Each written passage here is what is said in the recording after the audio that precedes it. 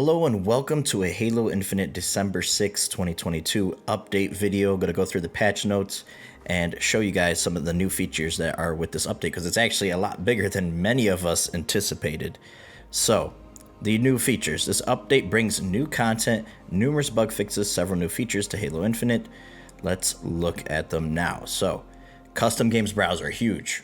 This wasn't supposed to be coming out till Season 3 and they just surprise dropped it. And it is available now in-game. So this is huge for Forge and the custom games community. It really keeps the longevity of the game going. So really cool ways to filter and find games. I did a video on this already. It's going to be in the community tab. You guys should know where to find that on the main menu. And you can use a bunch of filters to kind of search for what you're looking for. Make sure you set the privacy setting to open if you want other people to be able to join your sessions and view your game through the custom games browser and join from there. Alright, so this is another big one. So any previously released core that could only be unlocked via a premium battle pass or limited time event are now available to all players for free.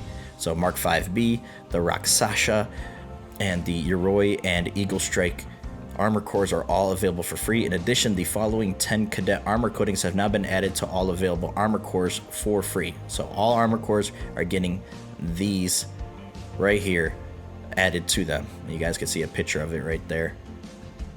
Yoroi's Untethered Wind armor coating has been updated since the Cadet Blue armor coating has now been added to the Yoroi armor core. The Untethered Wind armor coating was available in the shop during Season 1 of Halo Infinite. You use Cadet Blue armor coating palette. They've made it different. So here is the Untethered Wind, which is really nice looking actually, versus the Cadet Blue. It definitely pops a little bit more, so that's fair. So now the Pit Remake Empyrean is available. There is even a 24/7 Empyrean playlist available right now. Interestingly enough, the scrap cannons are the turrets on each side instead of just a UNSC turret, so it's the banished turret. As another step in the development team's ongoing work to address networking and desync in Halo Infinite, players may notice the following improvements during online multiplayer matches. Melee attacks now deal damage to sliding Spartans more consistently. When moving, melee lunges will more consistently connect with other players who are also actively moving. Lunging to and hitting an enemy with an energy sword should more consistently result in one-hit kills. Players will be less likely to briefly teleport away or experience desync after having their vehicles hijacked, and reloading weapons is less likely to result in a fake or ghost reload that lead to inaccurate ammo counts and blank shots. That sounds good. Desync is still my #1 issue with the game. They're just saying to go on ahead and submit tickets if you're still experiencing issues. Ranked widget improvements. Post-game Carnage Report and the ranked widget used in ranked playlist menus and social menus now show additional information about players' current rank. These improvements include the progress bar for ranks below Onyx now includes numerical values to indicate exactly how many CSR points away a player are from achieving the next rank or dropping down to the previous rank. After completing a ranked multiplayer match, the ranked widget in the post-game Carnage Report will indicate how many CSR points were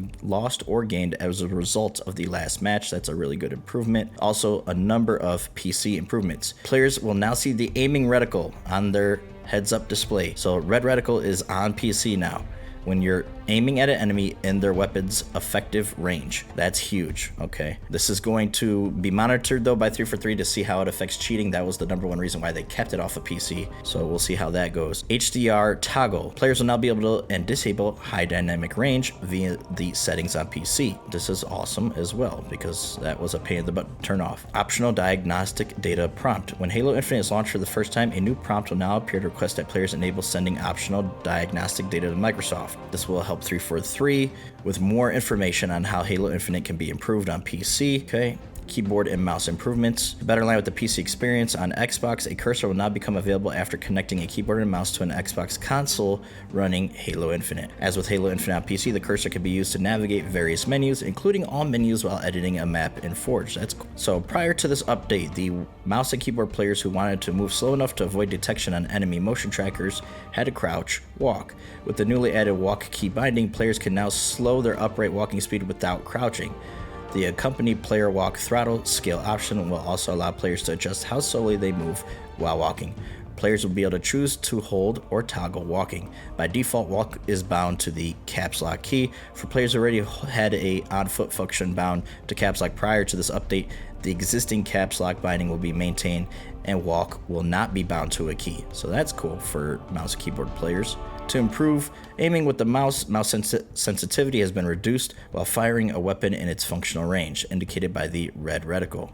Scroll wheel improvements. During gameplay, scrolling the mouse wheel to swap between carried weapons is now less likely to result in swapping back to the original weapon. Now you could report and mute players in-game, it seems. That's awesome, via the in-game scoreboard. So there will be a prompt at the bottom of the screen when you open up your scoreboard in a match, and it will tell you what you could do as far as mute or report. And you could do that for the post-game Carnage report as well. And you can still do it the old-fashioned way on the reporter player ticket form on the Halo support site and provide more evidence if you guys want. Here's your download size by platform. Xbox approximately 2.2 gigabytes or less. Microsoft Store app or Xbox app on PC approximately 2.2 gigabytes or more, and Steam is approximately 1.2 gigs or less. There are some balance changes. Snap slides improved the behavior around a physics bug that allowed players to snap slide in multiplayer maps. Curb sliding has not been adjusted and will continue to work with that update, and you could look at the developers' notes on why they wanted to do that.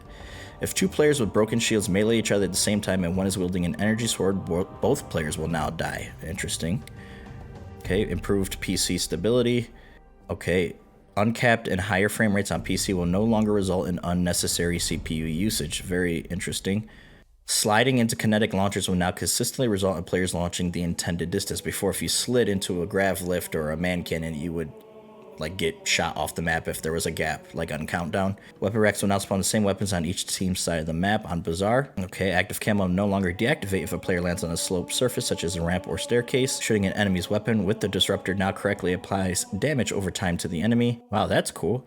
The Requiem Revengeance stance, Active Genesis stance, and the Infinity Weapon Charm can now be unlocked by achieving 100% completion on a single Halo Infinite campaign save file. If you have a file that reached 100% completion prior to installing this update, players may need to load into the save and play for a couple minutes to ensure that these items are unlocked. That's actually really cool that they added that. I'm really happy that they did that. Okay, and then you have your known issues. That's really good. Let me know what you guys think of this update. I'm actually pretty hyped for this. It seems like a really solid end-of-year update for Halo Infinite. Definitely still a ways to go, but a huge step in the right direction. This actually has me more excited than the winter update.